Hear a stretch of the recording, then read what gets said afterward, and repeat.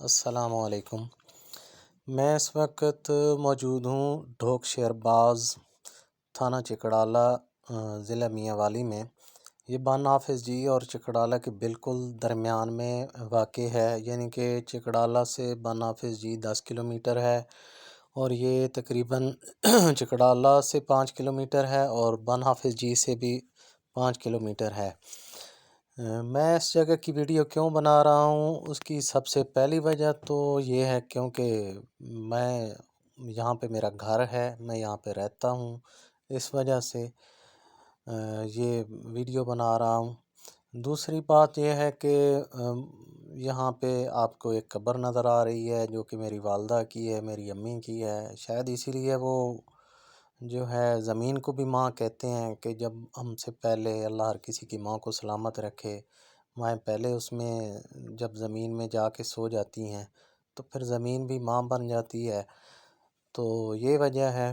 دوسرا یہ ہے کہ اس کا نام ڈھوک شیرباز کیوں رکھا گیا، ظاہر ہے بابا حاجی شیرباز مرحوم، اللہ ان کو جنت میں جگہ دے، ان کی وجہ سے یہ ہے اس علاقے کا نام ڈھوک شیرباز رکھا گیا ہے۔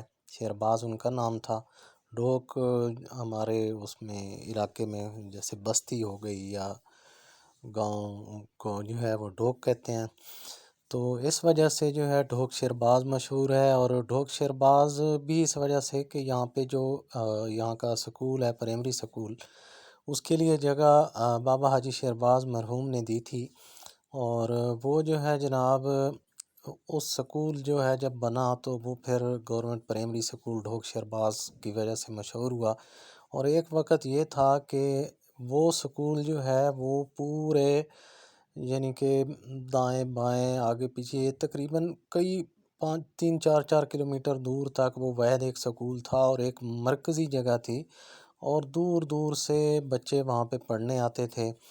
لیکن اس ٹائم تو حالات یہ ہے کہ ماشاءاللہ جو ہمارے اساتذہ کرام وہاں پہ رہے اور ان کی محنت کی بدولت وہ پہلے تو سب سے وہ حکومت نے کسی کو ٹھیکے پہ دیا، پرائیویٹ ہو گیا، اس کے بعد اب چند بچے جاتے ہیں وہاں پہ، کوئی تعلیم کا وہ نظام نہیں ہے، تو اب چکڑالہ میں بن نافذ جی میں اور یہاں ہمارے قریب ہی ایک باب العلم کے نام سے پرائیویٹ سکول بھائی نجم نے بنایا ہے، تو وہ وہاں پہ زیادہ تر بچے جاتے ہیں۔ تو یہ سکول جو اپنے وقت میں جب ہم چھوٹے تھے اور پہلی دوسری میں پڑھتے تھے تو اس وقت تو یہاں پہ اتنی تعداد ہوتی تھی بچوں کی کہ یعنی کہ بے شمار، اور دور دور سے پڑھنے آتے تھے۔ لیکن آج کل وہ سکول بجائے ترقی کرنے کے، کئی سکول جو ہیں وہ پرائمری سے مڈل بن گئے، مڈل سے ہائی بن گئے، اور ہمارا ماشاءاللہ بالکل زیرو ہو گیا، اور اس کی جو ہے باقی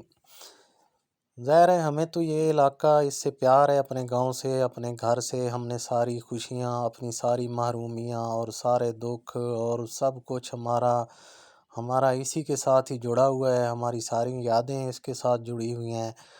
اصل میں یہاں پہ جتنے بھی لوگ ہیں ان میں سے زیادہ تر جو ہیں، ہمارا ایک سب کا جو ہے مشترک کا دکھ یہ ہوتا ہے کہ ہمیں یہ روزی کے لیے، کام کاج کے لیے ہمیں یہ علاقہ چھوڑنا پڑتا ہے، اور جس کے نصیب میں جہاں کا دانہ پانی لکھا ہوتا ہے، پورے پاکستان میں وہ ہم یہاں کے سب لوگ چلے جاتے ہیں کام کاج کے لیے، تو یہ گھر سے دور رہنا، اپنوں سے دور رہنا، یہ تو ایک یہاں کا یعنی کہ مشترک کا غم کہہ لیں، دکھ کہہ لیں۔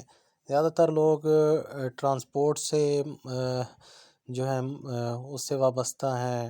یہاں پہ مشہور ہے کہ جی جناب کوئی جب 8 جماعتیں پڑھ جاتا ہے تو اول تو مڈل کے بعد ہی وہ سیدھا جو ہے کوئی ٹرالے پہ کنڈکٹری اور ڈرائیوری اور وہ شروع کر لیتا ہے۔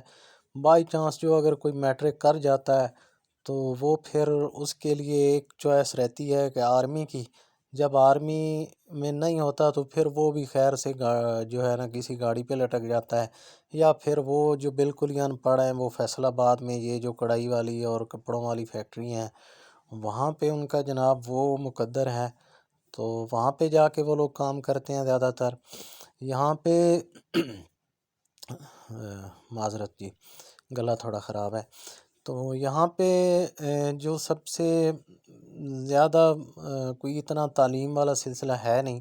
جب ہم چھوٹے چھوٹے تھے تو اس وقت تو خیر سے نہ کوئی بہت یعنی کہ نہ کوئی مذہبی منافرت تھی، نہ کوئی امیری غریبی کے چکر تھے۔ اب تو جناب ہر ایک بندہ جو ہے نا اپنی جگہ پہ وہ مفتی بنا ہوا ہے، ہر ایک کا جی اپنا نظام ہے، اور ہر ایک جو ہے بس وہ جس سے پوچھ لو وہی یہاں کا مفتی لگا ہوا ہے۔ اب لوگ ایک دوسرے سے کدورتیں، نفرتیں اور یہ چیزیں بھی آ گئیں۔ پھر اب آج کے دور میں جناب وہ سٹیٹس بھی آ گیا ہے کہ امیر غریب والا بھی فرق پڑ گیا ہے۔ اور مجھے جو میرا تجربہ ہے بس یہ ہے کہ ہم لوگ تو اس علاقے کو بھول نہیں سکتے، کیونکہ ظاہر ہے یہاں پہ پلے بڑے پیدا ہوئے۔ جب ماں باپ اور بڑوں کی قبریں یہاں پہ ہوتی ہیں پھر وہ اس مٹی سے پیار تو ہو جاتا ہے، لیکن یہ ہے کہ اس کے لیے اس کے لیے یہ ہے کہ باقی جو لوگ ہیں وہ کوئی ایسا ماحول جو ہے نا آئیڈیل نہیں ہے کہ یہاں پہ زندگی گزاری جا سکے۔ یہاں پہ جس کو دیکھ لو وہ بندہ ایک دوسرے کے بس ایک دوسرے کی جڑیں کاٹنے میں لگا ہوا ہے۔ تو جس کے پاس پیسہ آ گیا ہے وہ اور چیز ہے، وہ اپنے آپ کو بہت اعلیٰ اور بہت کوئی اور چیز سمجھتا ہے۔ جو قسمت سے غریب رہ گیا تو بس وہ پھر اس کی قسمت ہے۔ یہاں پہ آج کا رشتہ داریاں وہ خون والے رشتے تو رہے نہیں، بات ہے ساری اس کی جو تعلقات ہیں جو کچھ ہے وہ جی اب پیسے کی ساری گیم ہے۔ اگر آپ کے پاس پیسہ ہے تو سب لوگ آپ کے رشتہ دار ہیں، سب عزیز ہیں۔ اگر آپ پہ برا وقت آ گئے تو یہاں پہ آزمایا ہے کہ وہ کہتے ہیں نا سایہ بھی ساتھ چھوڑ جاتا ہے۔ تو یہ ہمارے علاقے میں یعنی میں نے خود اپنے ساتھ یہ تجربہ کیا ہے کہ حقیقت ایسی ہے کہ سایہ بھی ساتھ چھوڑ جاتا ہے۔ تو جب سایہ ساتھ چھوڑ جائے تو پھر دوسرا کسی سے کیا گلہ کرنا۔ باقی کئی لوگ ہیں عجیب یہاں پہ، یعنی کہ مثلاً حاجی فیروز صاحب ہیں، ماشاءاللہ سے بہت بڑے ٹرانسپورٹر ہیں، اور ایک وقت تھا کہ وہ بھٹے پہ مزدوری کرتے تھے۔ آج جو ہیں وہ جناب ان کے تقریباً 20 ٹرالے ہیں۔ بھائی اکرم صاحب مرحوم، اللہ ان کو جنت میں جگہ دے، بھائی حاکم، بھائی یوسف، سارے اس دنیا سے چلے گئے، وہ ٹرانسپورٹ سے ہی ساری زندگی وابستہ رہے۔ تو باقی کچھ لوگ ہیں وہ آرمی میں ہیں، کچھ سکول میں استاد بھی لگے ہوئے ہیں۔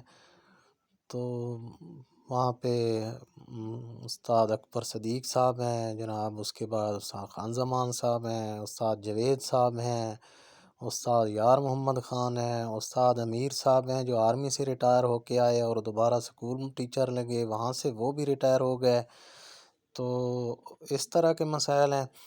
باقی یہاں پہ اب تو جو ہے کچھ دکانوں وغیرہ کی بھی سہولیات ہو گئی ہیں۔ ایک تو بنیادی طور پہ یہ جو ہمارا ڈھوک شیر باز ہے، یہ سارا اڈا ادھر ادھر کے جو مین سٹاپ ہے وہ یہاں پر ہی ہے۔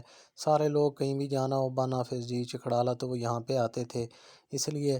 لیکن اب تو خیر سے جی ڈھوک شیر باز کا جو نام ہے وہ بس کاغذوں میں تو ڈھوک شیر باز ہی ہے، لیکن لوگ جی اب کوشش کرتے ہیں، کوئی تھل تگوال لکھواتا ہے آس پاس کے ڈھوک شیر باز والے ہی، کوئی نام لکھواتا ہے، کوئی ان کی کوشش ہے کہ ہمیں اس نام ڈھوک شیر باز کے ہمیں نام سے نہ پکارا جائے۔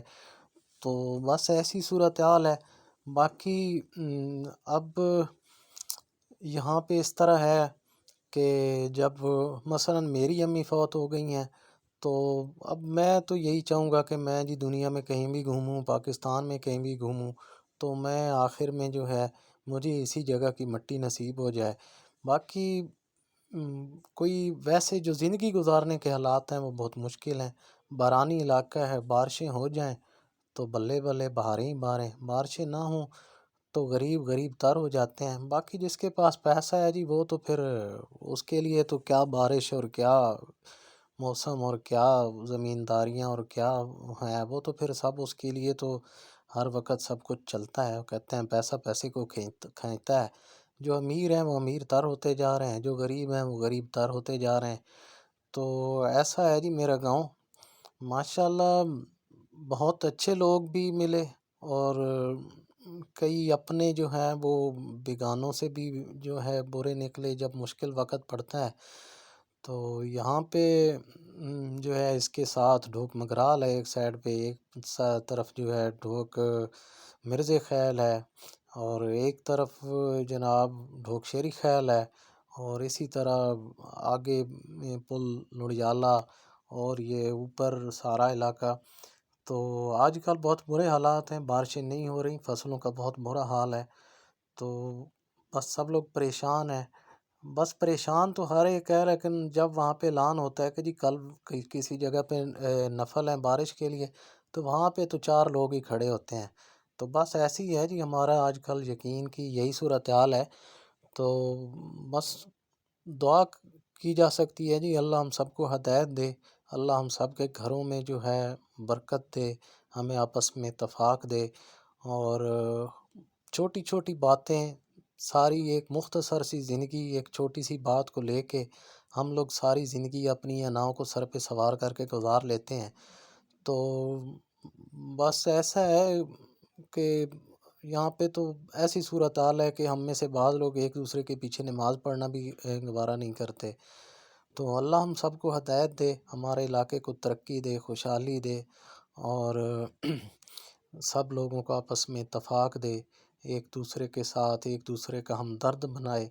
باقی زندگی رہی تو پھر انشاءاللہ کسی اور ویڈیو میں کسی اور طریقے سے کسی اور جگہ کی ویڈیو کے ساتھ آپ کی خدمت میں حاضر ہوں گے.